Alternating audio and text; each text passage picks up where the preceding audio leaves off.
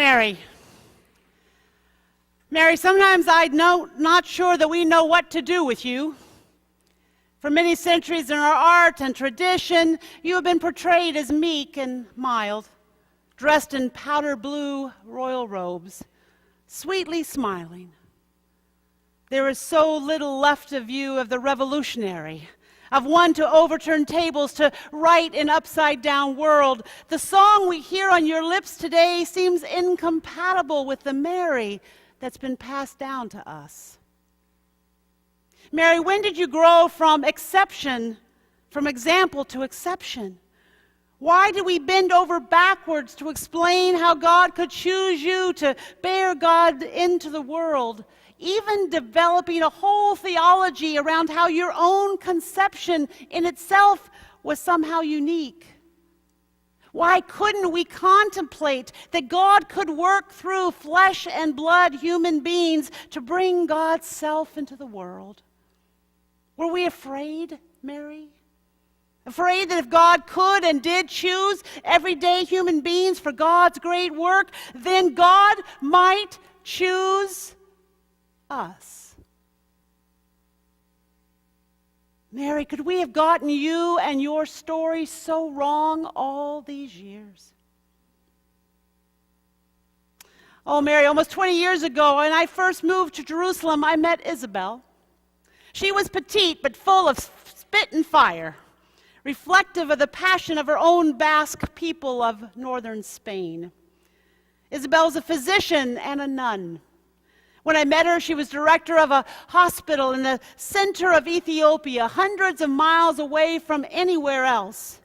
And they had just gone through a 2-year epidemic of malaria, where patients were literally laying on the steps outside of the hospital and out under the trees because there was no room inside for them to be treated. She'd come to Jerusalem for retreat, to renew and restore her own health and her heart and to patch up her soul. We spent many months studying and traveling together. When she was preparing to return to her work in Ethiopia, she gave me a picture of you, Mary. It was a photograph of a painting that Isabel had taken in a monastery in her travels across the Holy Land.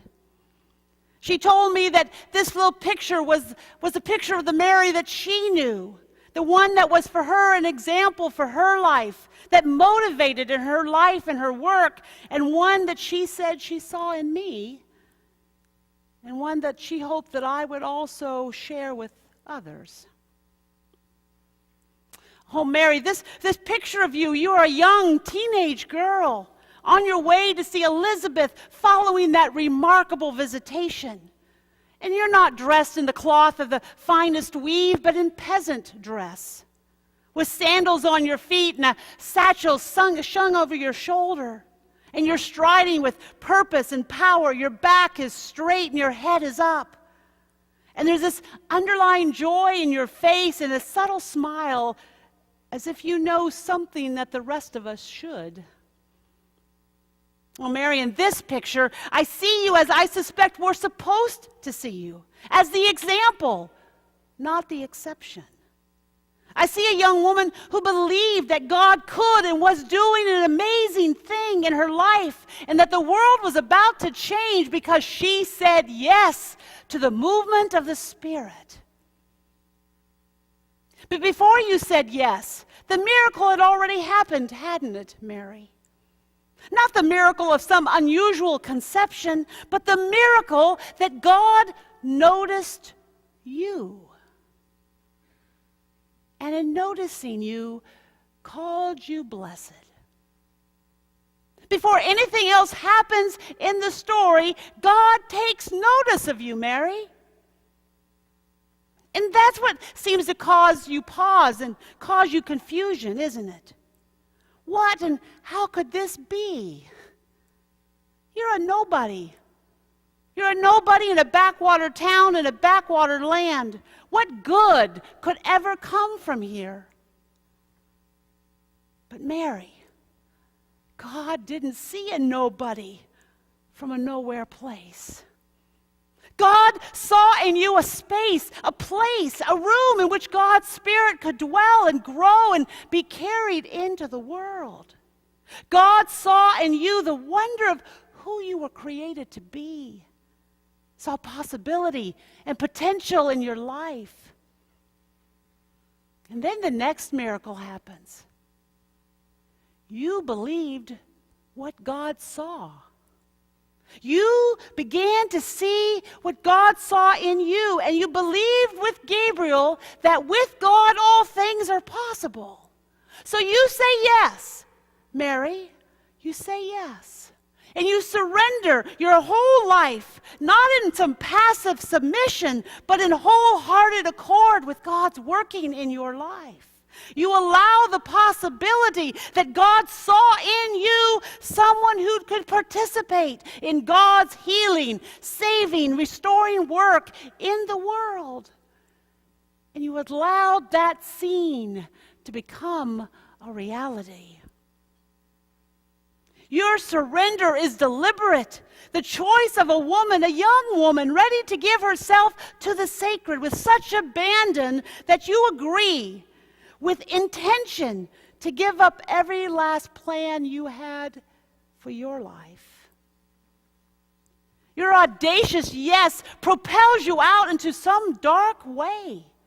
You set out on a path almost completely devoid of signposts or trails that were left by others. You chose a road utterly unlike any you had ever imagined for yourself.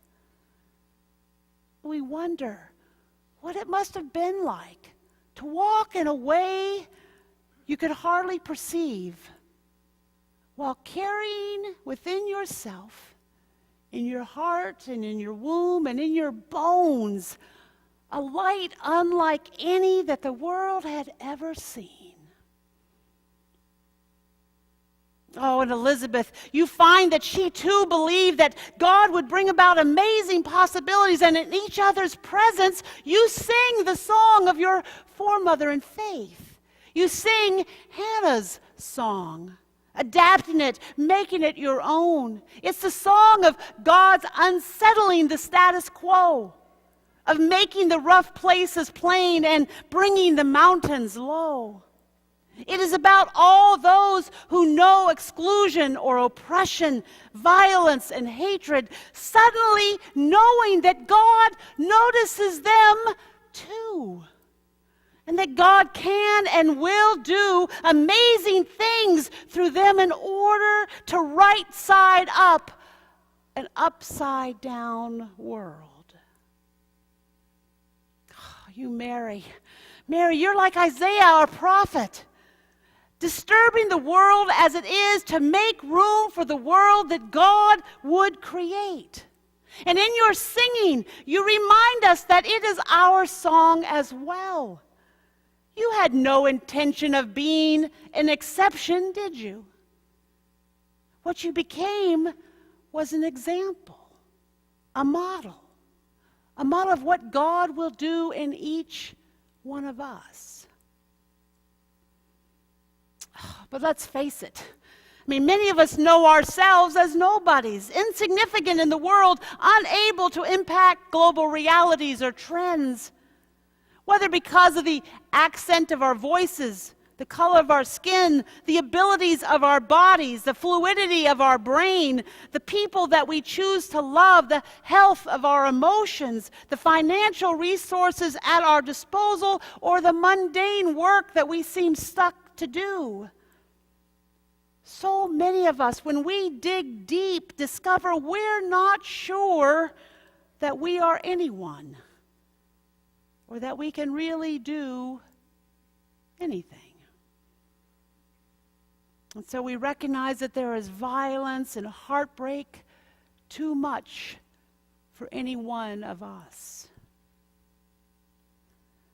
But Mary, you remind us that we too, who are nobodies, are noticed by God. And that in noticing us, we too are blessed. And blessing intrudes into and interrupts and ultimately disrupts our quid pro quo world that we live in to announce that someone sees us as worthy and special apart from anything we have ever done or left undone. And if we're blessed like you, well then maybe, just maybe, there is room in us as well for the working of bearing God, for the work of nurturing God's Spirit, of bringing God's love into the world. My friend Isabel knew that. She knew that about you, Mary, and she knew that about God's amazing love, and she said yes with her life. And she gave me that picture to remind me that I could say yes with my life, and that I was to be about helping others say yes in their life as well. In the midst of this crazy, broken, harsh, violent world, before we throw our hands up and walk away, we can remember your life, Mary. We can say yes and pray and build relationships and reach across divides and absolutely believe the gospel. And then we will know, the world will know, the incarnation of Jesus Christ again and again and again and again in the lives of you and in the lives of me. And we will bear into the world a word of grace, a world of light, a world of hope.